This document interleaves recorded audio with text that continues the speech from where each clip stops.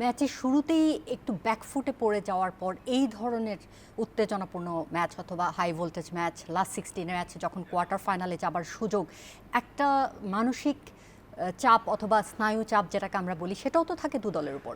দেখেন, সর্বপ্রথম হলো একটা জিনিস যে আপনার যে ধরনের ম্যাচ আমরা আশা করি, আমরা যেভাবে প্রেশার বলি, তাদের কাছে কিন্তু কোনো প্রেশার না। তারা চ্যাম্পিয়ন্স লিগ ফাইনাল খেলেছে, তাদের কাছে আসলে এইসব ম্যাচ হলো আপনার এনজয় করার মতো।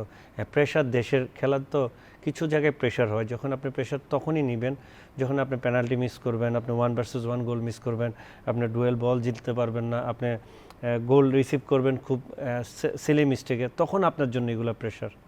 মাঠে টিকে থাকা, এইগুলি যদি আপনি প্রপারলি করতে পারেন, তাহলে আপনি ম্যাচটা, আপনি যদি চিন্তা করেন পেনাল্টিটা যদি গোল হতো, ব্রাজিলের উইনিং মোমেন্টটা দেখেন, চিন্তা করে মোমেন্ট টাইমটা দেখেন, তারা উজ্জীবিত হতো, তারা আরও ভালো ফুটবলটা খেলতে পারতো।